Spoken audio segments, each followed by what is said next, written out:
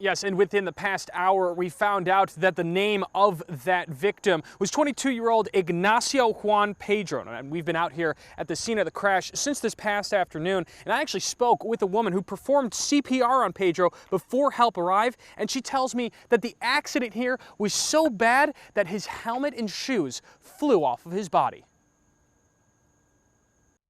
I was sitting on my porch and the motorcyclist came up Pennsylvania Avenue doing about 65, 75 miles an hour. Linda Christner lives along Pennsylvania Avenue in Bonita Springs. She's used to hearing motorcycles speed up and down the street. But today was different. And then the next thing you heard was just like a big explosion.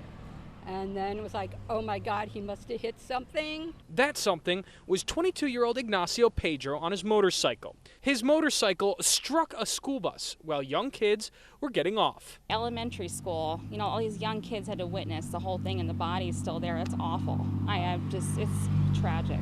As troopers blocked off the road, dozens of people came to pay their respects. I spoke to several friends, too shaken to talk on camera, with the victim and his mangled bike still lying in the street. They tell me the motorcyclist is a beloved member of this close-knit Guatemalan community. I think it's all family and it's a really tight community and everybody's really close and, everybody cares and wants to know what's going on and, it's really, really important. Now, neighbors here are trying to make sense of the tragedy. It was a horrible thing that happened. It didn't have to happen.